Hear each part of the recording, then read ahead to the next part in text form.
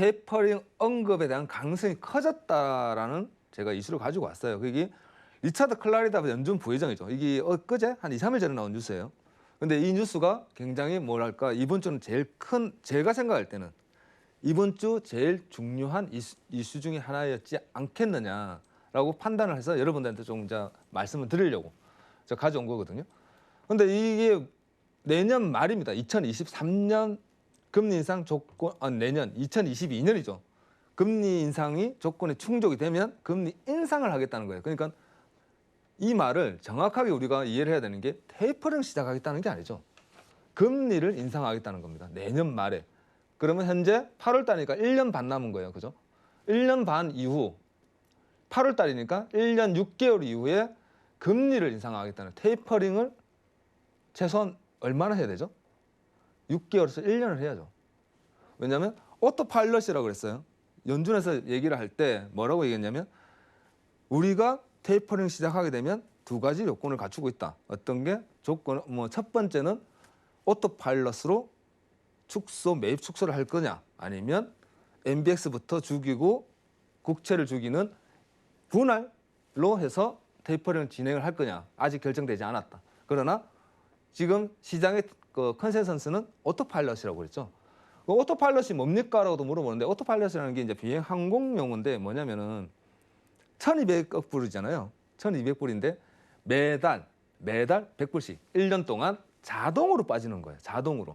그러니까 이번 달에 100불 1,100억 남고 그 다음 달에 100불씩.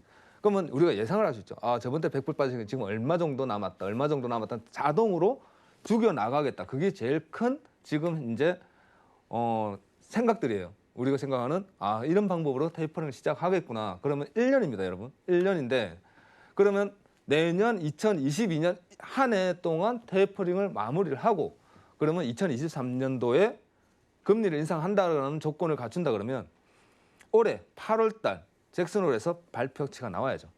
모든 한 해에 1년 중 가장 큰 정책 회의는 잭슨홀에서 열립니다, 여러분. 잭슨홀에서 회의를 마치고 발표치가 거의 많이 나와요. 작년에 평균 물가 목표제라는 큰 하나의 이슈를 던질 때도 잭슨홀에서 던졌거든요. 그러면서 인플레이션을 용인하겠다. 그게 정말 큰 거였습니다.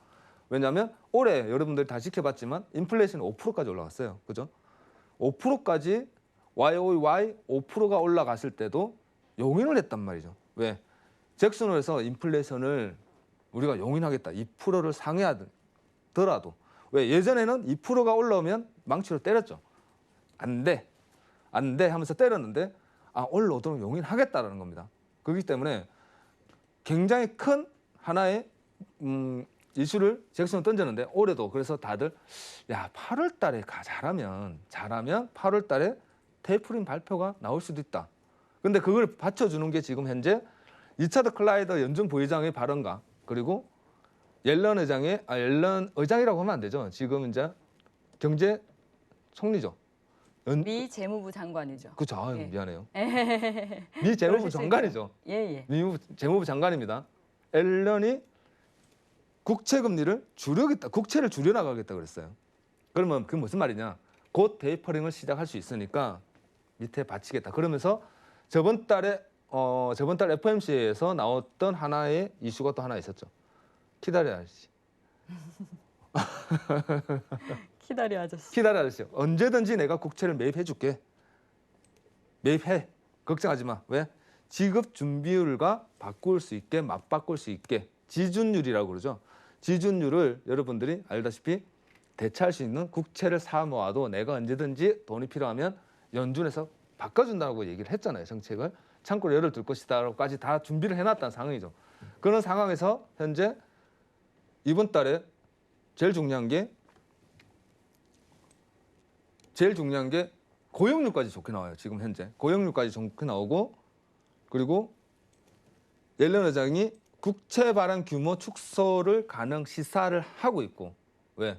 테이퍼링 시작하면 국채를 줄여나가겠다는 거죠. 줄여나가겠다고 얘기하고 있고 그리고 신규 수렵 청구 건수가 38만 5천 건. 제가 다 얘기한 겁니다. 그죠? 요것을 잘 봐야 되는데 여기 제일 중요하다고 저는 생각했거든요. 신규 실업수당 청구 건수가 예상치를 부합하고 좋게 나왔고 그리고 미국 실업수당 청구가 연속이죠. 연속 건수가 나왔는데 293만 원이 나왔어요. 293만. 그래서 제가 발표를 쭉 한번 뽑아봤습니다, 여러분. 발표를 쭉 뽑아봤는데 293만. 앞자리가 바뀐 게 작년 3월 이후 처음이에요.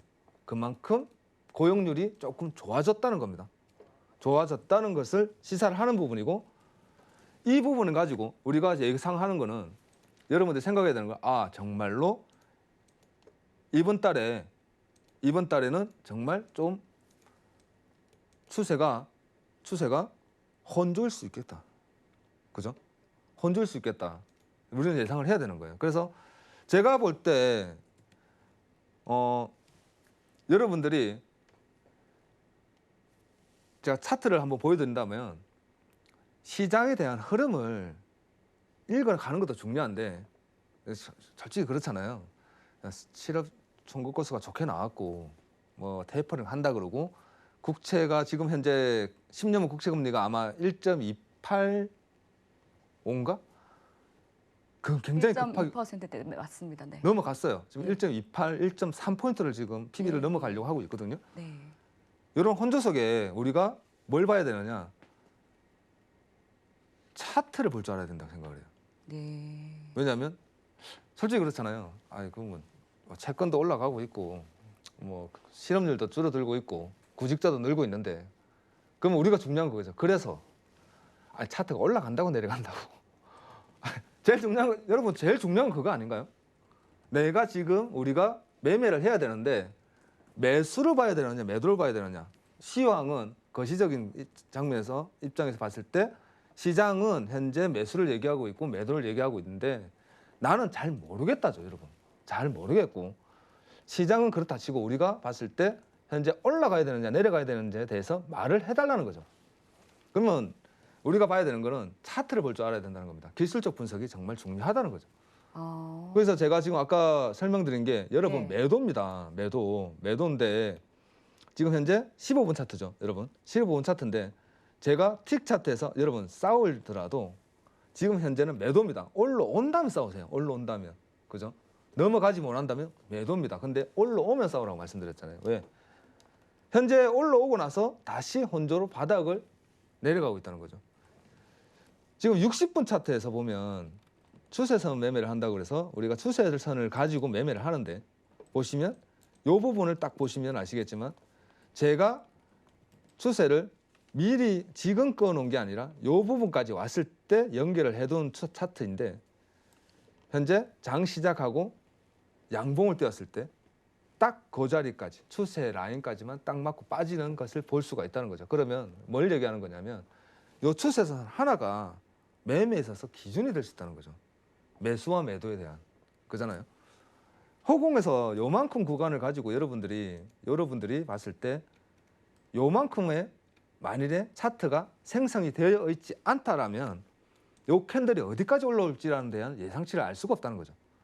그렇잖아요. 기다릴 수가 없는 거죠. 어디까지 올라올지 모른다. 그러면 아니 60분 차트니까 15분 차트니까 그럴 수 있다라는 거죠. 그러면 15분 차트를 기다릴 수 있는 거죠. 그리고 나서 우리가 볼 수 있는 거는 뭐다? 요 추세에서 요 구간을 온다 그러면 왔을 때 매수 매도를 한번 볼 수 있다는 거죠. 그런 기준의 값을 얘기해 주는 거죠. 그럼 매매가 뭐다? 매매는 기준이잖아요. 진입과 청산에 대한 기준입니다. 돌파와 이탈에 대한 기준이고 진입을 했을 때 어디까지의 수익률을 가져갈 수 있느냐. 그리고 나이가 어디서 진입을 해서 얼마큼 손실을 가지고 진입할 수 있느냐. 그리고 제일 중요한 거 방향이 지금 매수냐 매도냐. 내려가는 시국이냐 올라가고 있는 시국이냐를 대해서 여러분들이 알아야 된다는 거죠. 그러면 현재 시황이 좋으니까 고용률이 높아갔으니까 매도 아닙니까? 좋다 이거죠. 매도예요, 매도. 그죠? 내려갑니다. 차트가. 왜?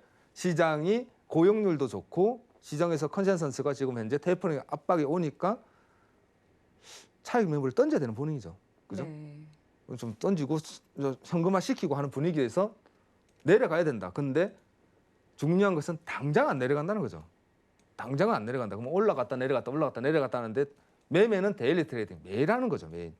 그렇다면 여러분들이 제가 말씀드리는 거는 매매 차트 보는 기준을 한번 가져가 보시라. 차트에 대한 기준. 그래서 차트를 어떻게 보는지, 저는 어떻게 보는지에 대해서 다음 주부터는 제가 아마 좀 차트에 대해서 좀 설명을 여러분들한테 많이 드리려고 할 거예요. 시장에 따라서, 시장 컨센서스에 따라서 방향성을 가지고 어떻게 저는 봅니다. 차트를 어떻게 보는 게 좀 도움이 됩니다라고 여러분한테 좀 매일 조금씩 시간을 내서 기초적인 부분부터 아마 조금 설명을 드리려고 할 겁니다. 그래서 현재 여러분들 보다시피 제가 줄 하나만 끊는다 그러면 딱 보면 현재 지지 라인이 형성이 되죠. 그죠? 지지 라인이 형성이 됩니다. 이렇게 지지 라인이 형성이 되고 이 지지 라인이 무너진다면 저는 만일에 매매를 진행을 한다 그러면 무너져서 이 부분에서 캔들이 생성이 된다 그러면 그리고 15분에서 진행되고 차트가 현재 진입가가 생성이 된다 그러면 여러분 방향성을 본다는 거죠. 이런 부분에 대해서도 여러분들한테 조금씩 설명을 드리도록 하겠습니다.